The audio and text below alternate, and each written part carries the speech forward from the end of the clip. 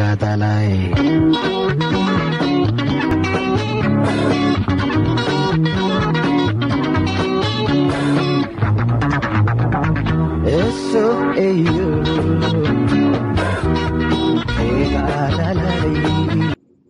everybody. Thank you for watching the last video and sharing and giving me feedback on Twitter, private messages, Facebook, and even the comment section.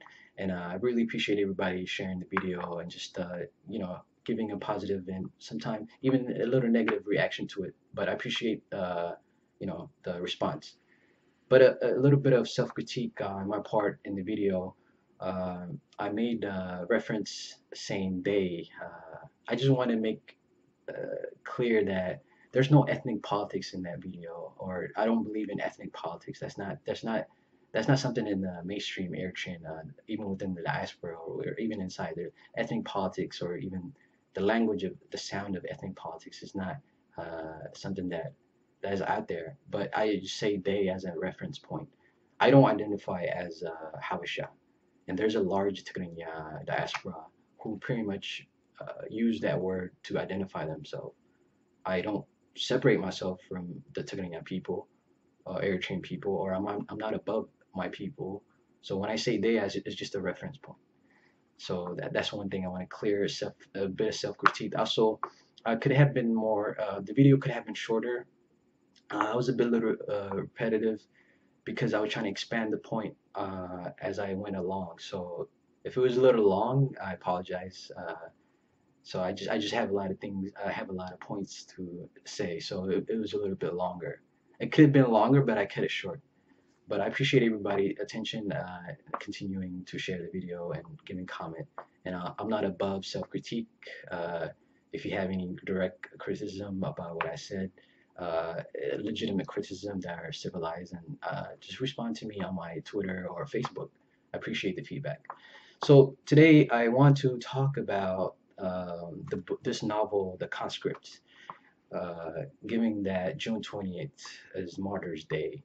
It's an important day for Eritrean to pretty much self-reflect on our martyrs for pretty much the 30-year war against Ethiopian colonialism, the sacrifice of the Eritrean martyr soldiers, even the sacrifice of the Eritreans after independence, 1998 to 2000, the 20,000 Eritreans that were lost. That was a lot of people. So Martyrs Day on June 20th is a day to have self-reflection. It's an emotional day for Eritreans globally and even inside. So I just want to pretty much talk about this book, the novel Conscript, is related to the Martyrs Day, the whole aspect of being a soldier and making a sacrifice. But in general, the Martyrs Day, while it focuses on the 30-year war in the 1998, we often forget about our great-great-grandfathers who pretty much were under conscript of the Italian colonialism. You know, it was estimated there was 130,000 Eritrean soldiers that were forcibly conscripted within the Italian colonial army. Some were sent to Libya, some were sent to Somalia. So we often don't really talk about it. There's not even that much mention of who were these, what was their experience like, what was their thinking like, who were these people, or there was not been a major profile of major, just collectively as a generation, what was their experience like, how do we sympathize with their cause, what were they thinking. Most were forced to pretty much join the Italian army. They had no choice. So this book, The Conscript, I got this book a couple years ago, I think 2 years, 3 years ago, but I read it. It's really short, but it has a lot of depth. Don't mistake the number of pages as just a few pages, but it has a lot of depth and substance for just a small book. And it's a novel. It's a nonfiction novel. A little bit of background on the book and the person who wrote it. It's Gabriel Yosus Halu. He was pretty much a intellectual heavyweight of our time. I think his work, he wrote this book when he was 18 years old in 1920. He was pretty much young at that time, and he wrote it. and he had the book saved. It was not published until 1950, and it was published in Tigrinya. And later on, it was translated a few years later by Garamay Negash. He did a good job translating it. So the book itself, it's nonfiction. I mean, I'm sorry, it's fictional book. It gives you insight into that world of the Italian Eritreans who were give you context, fictional context of what they went through. Well, it's pretty much it reflects France Fanon anti-colonial narrative, but the author doesn't have the same politics, but it it pretty much gives you insight into the the internal resistance of Eritreans to Italian colonialism, the consciousness, and this book reflects that. He pretty much wonderfully uses animals as an example of separating the colonized and the colonizers, the Italian colonizers and the Eritrean who were forced to pretty much be sent to Libya and Somalia as soldiers. So this book delves pretty much he goes into Libya and he just reflects on his what he sees in Libya and his consciousness, how he views the Italian commanders, and it's very there's a lot of depth and I keep saying a lot of depth, but it's a lot of metaphor and as far as animal, the landscape. So it's a book that needs to be further celebrated, given that it was a first novel. There's been a lot of Eritrean work that haven't been translated, but this is not the first. There was prior books before 1920, but it was the first kind that it was translated into Tigrinya, and it's very. It speaks to our tradition, oral tradition, also written tradition of writing a novel of this base and like a heavy intellectual base.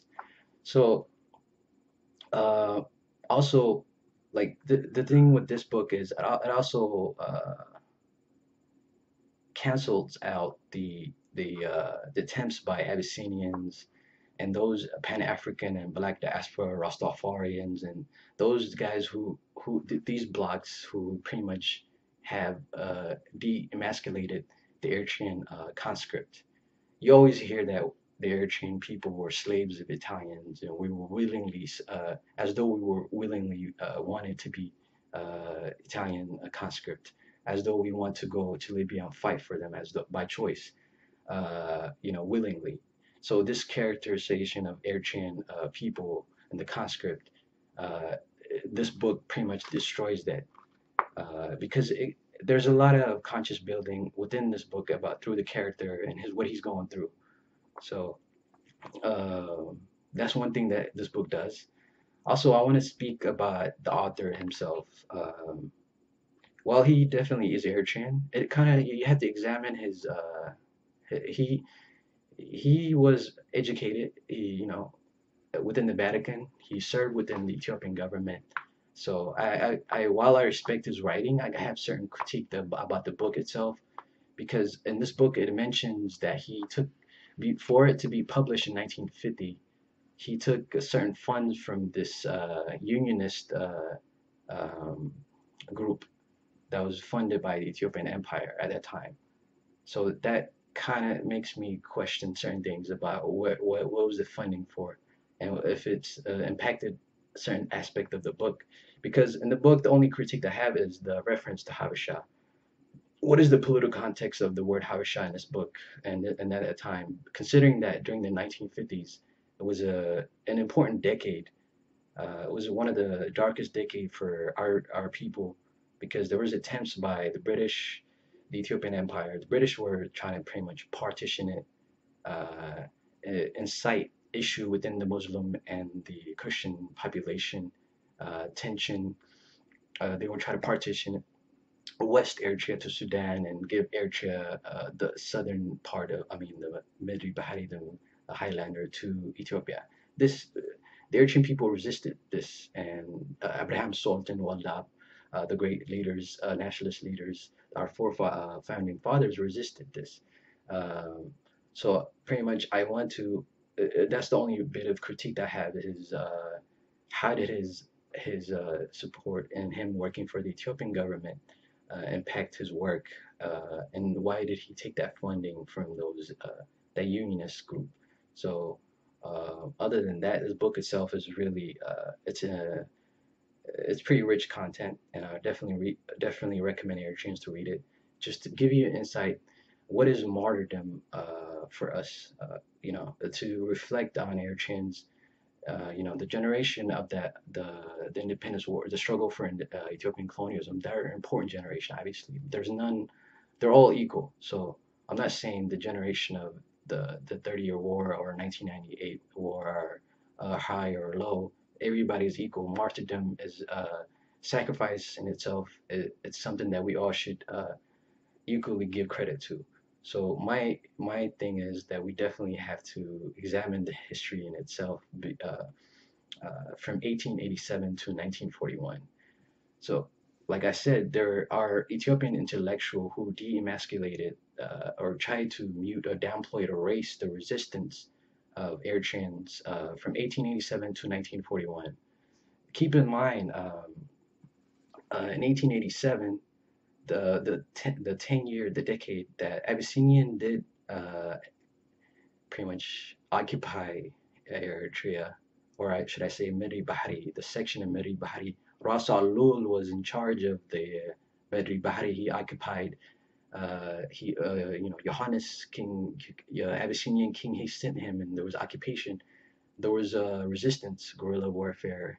Ras Alul lost, and he pretty much was defeated, and he was pushed back. And then the Italians came, but not a lot of fanfare or from the Ethiopian intellectual, Black diaspora intellectual, the Rastafari, and even global. They downplay this and they buy into the narrative that Eritreans were willing slaves of Italian colonialism, or were willing pawns of this scheme or colonialism. We accepted this.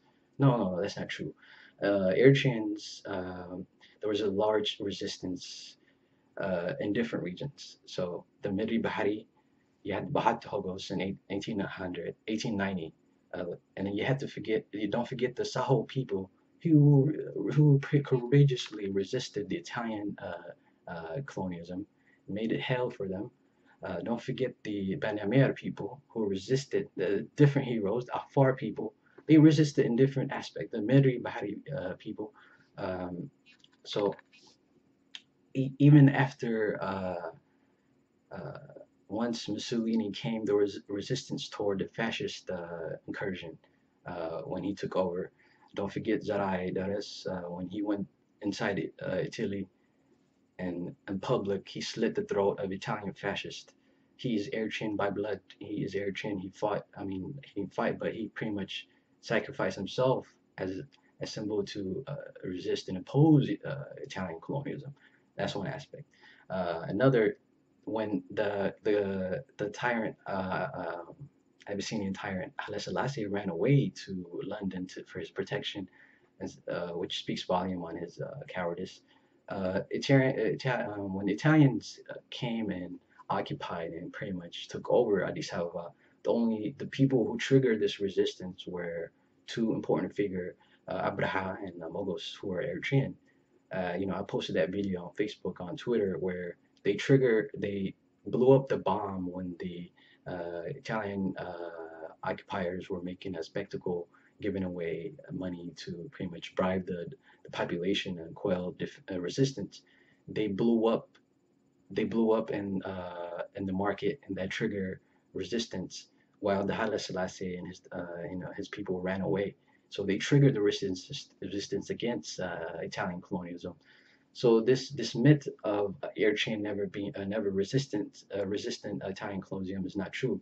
And this book itself, it's while it's fictional, it does give a great service to that narrative. So I would definitely recommend Eritreans read this book. Definitely recommend it. So I think it's on Amazon. Definitely recommend you get that. Another thing I have to say is, while Martyrs Day is coming up on June 20th, it's not a day for flag or pro or anti-government. It's not a day for the state. It's not about the state. It's not about President Isaias Afwerki Day or Government of Eritrea Day. It's Martyrs Day, and you should. It's a day for us as Eritrean people to be reflective, to say how am I doing to unify my people? How am I progressing people? You know, how am I, like, even if there's a disagreement politically, how do I bring my people together? So Martyrs Day is coming up, and if you want to pretty much have a deep read besides the 30-year war and understand the previous generation and the resistance of Italian colonialism and the martyrdom that came with it, this book is great. It's an intellectual heavyweight. Definitely recommend it. All right, thanks. Ogadalai.